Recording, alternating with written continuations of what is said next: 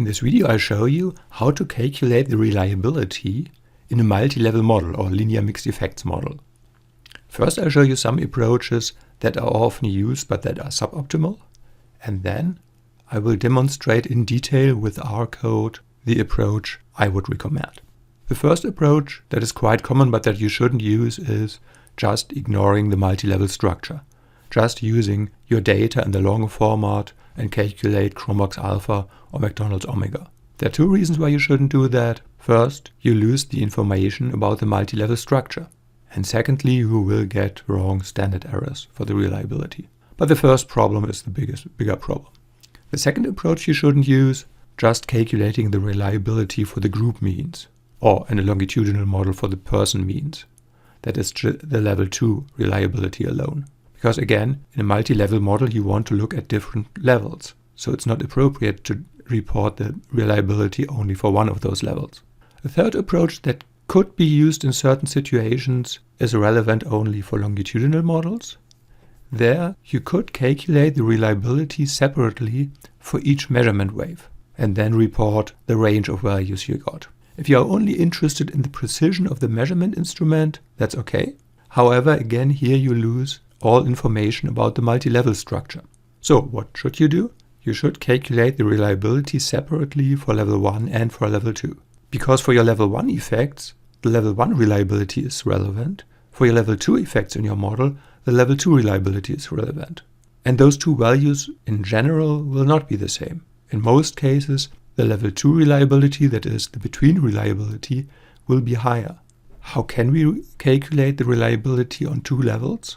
For that we use a multi-level CFA, that is a confirmatory factor analysis on two levels, or 3 or 4 levels if you have a multi-level model with more than 2 levels.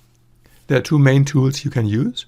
For a 2-level model you can use the free SEM package Lavan in R. For the rest of this tutorial I will show you how you can set up and run such a multi-level CFA with Lavan to calculate the reliability, more specifically to calculate McDonald's omega, which is in general superior to Chromebox alpha.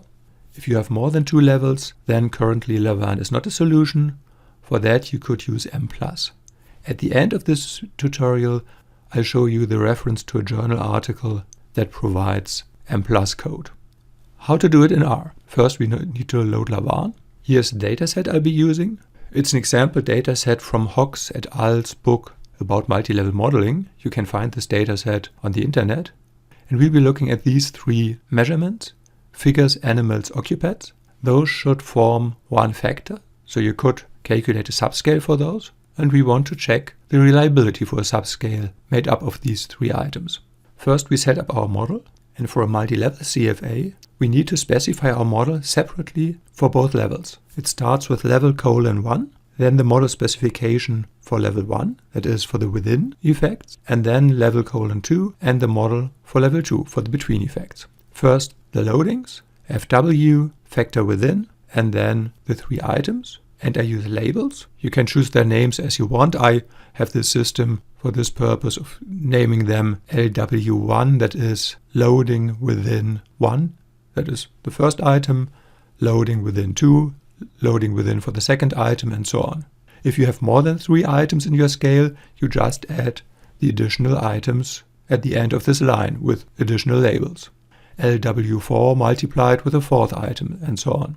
Then we need to specify the residual variances. Normally in Lavan you wouldn't do that because the program does it automatically. Here I specify those variances in order to give them labels as well, because we need those values too later on for the calculation of McDonald's omega. So here error within item 1, error within item 2, and so on.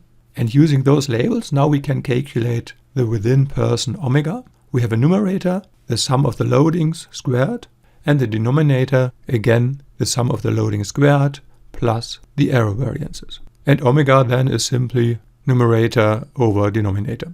This is a specification for the within omega, and here the same for the between omega. It's exactly the same code as above, just that the labels are changed. So now it's FB for the factor between, and for all the labels too, I use B instead of W for between instead of within. Also down here for the formula.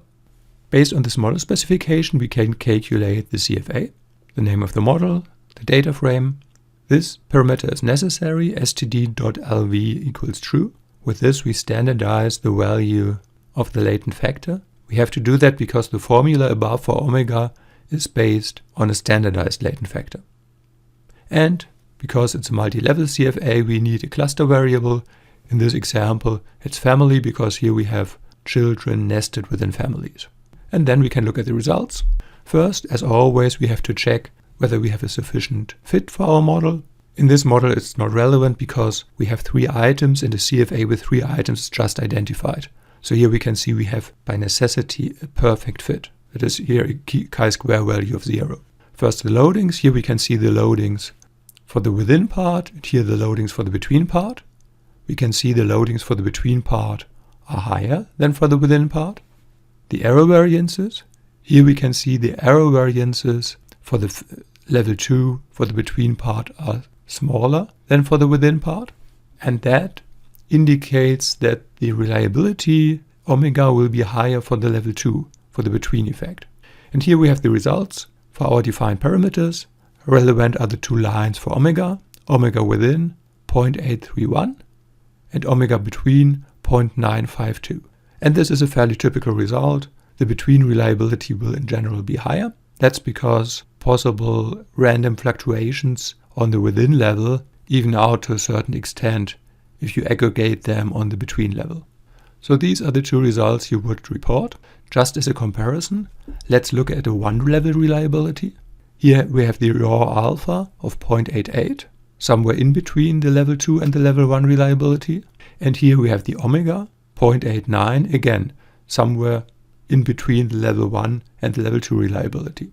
If you want to work with M+, in this article you will find M+ code for that. It's for a 2-level model, but if you know how to work with M+, you will probably be able to generalize this code to 3 or 4 levels too. And the whole approach I've been showing you is based on this journal article. So even if you work with Lavaan, I recommend looking at this article and probably citing that. That's it for the calculation of multi-level reliability. Thanks for watching and see you in the next video.